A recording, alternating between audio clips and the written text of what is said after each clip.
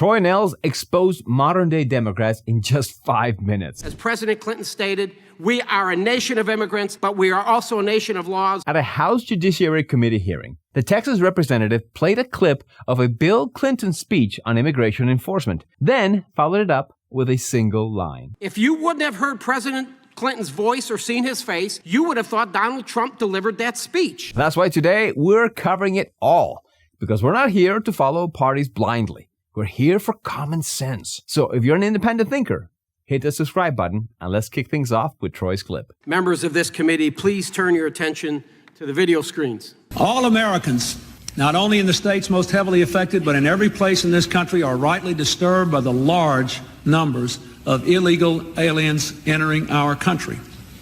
The jobs they hold might otherwise be held by citizens or legal immigrants. The public service they use impose burdens on our taxpayers. That's why our administration has moved aggressively to secure our borders more by hiring a record number of new border guards, by deporting twice as many criminal aliens as ever before, by cracking down on illegal hiring, by barring welfare benefits to illegal aliens. In the budget I will present to you, we will try to do more to speed the deportation of illegal aliens who are arrested for crimes, to better identify illegal aliens in the workplace, as recommended by the commission headed by former Congresswoman Barbara Jordan.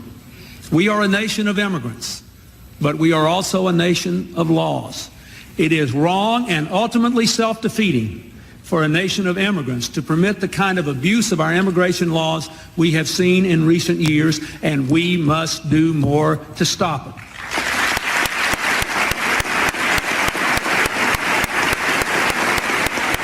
Now, for context, this speech was delivered by President Bill Clinton during his 1995 State of the Union address. And you probably heard the line before.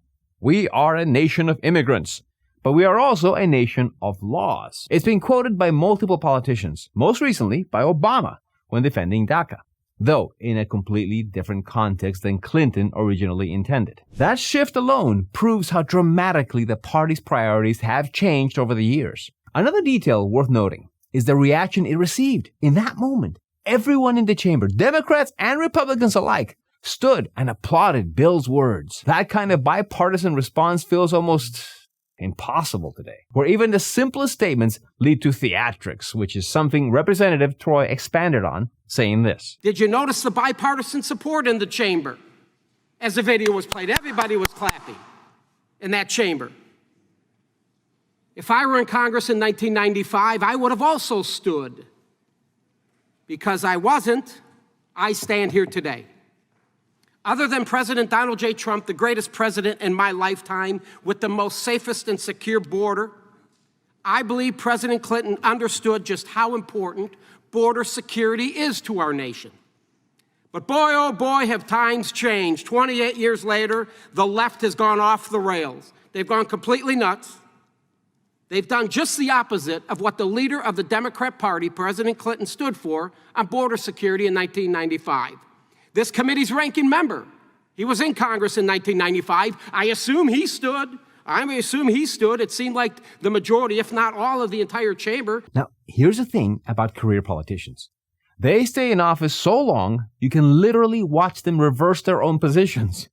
They'll say one thing when it's popular, and years later, act like they never said it. That's exactly why clips like Clinton's speech are so striking. And when it comes to Trump, one of his strongest points is immigration, especially during his second term. The results speak for themselves. Even outlets that rarely credit him, like the New York Times, couldn't ignore the data, as they ran an article titled, "Illegal Border Crossings Plunged to Lowest Level in Decades." Now, there are multiple reasons why the Democrats steered further left in the past few years.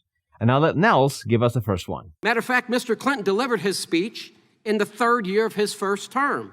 And he was reelected in 1996. He beat Bob Dole, won by over 8 million votes, won the Electoral College 379 to 159. He had the support of the American people, and I'm going to assume the ranking member also voted for Bill Clinton in 1996.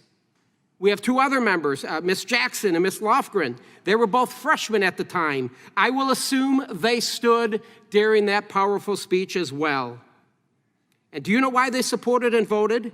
They voted for legislation in 1996 strengthening our immigration laws. I applaud them for that. So what's changed, folks? What's changed with the Democrat Party? I'll tell you what's changed. If you wouldn't have heard President Clinton's voice or seen his face, you would have thought Donald Trump delivered that speech. I don't believe that President Clinton was called a racist, a white supremacist who hated immigrants, as the left and the dishonest media has painted Donald J. Trump to be. Exactly. Modern-day Democrats have largely lost their connection to working-class Americans, the voters who once formed the backbone of their party.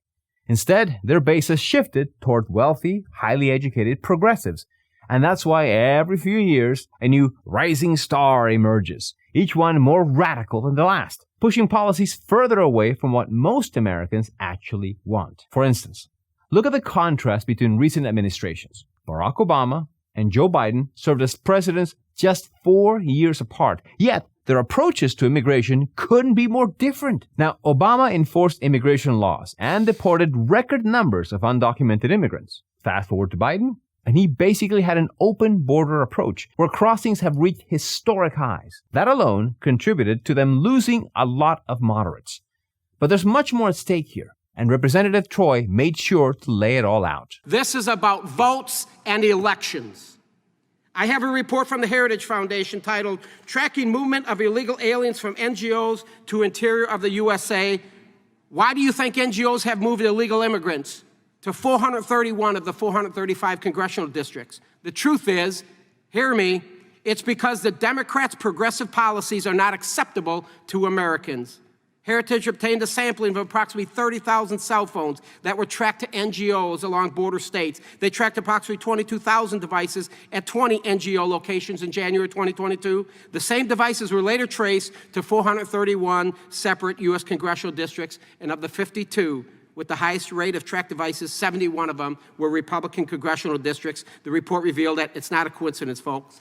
The flood of illegal immigrants means a continued rise in surplus laborers. That surplus drives down the wages of existing middle-class and lower-class job holders until they leave the job forces, and then they're forced to go on welfare with the hopes that they will become loyal supporters of the Democrats. That's what this is all about. Now, that remains to be seen. But one thing is undeniable. Trump secured record support among Hispanic voters in the last election. And more interestingly, he carried 14 of the 18 counties in Texas that are within 20 miles of the border with Mexico. These aren't just random areas. They're communities that live with the realities of border policy every single day. Yeah, part of the shift was driven by frustration over the economy. But there's another factor that doesn't get talked about enough. Many of these voters followed the legal immigration process themselves, only for others to bypass the system entirely by simply walking across the border without facing consequences. Let me know in the comments your thoughts on this story.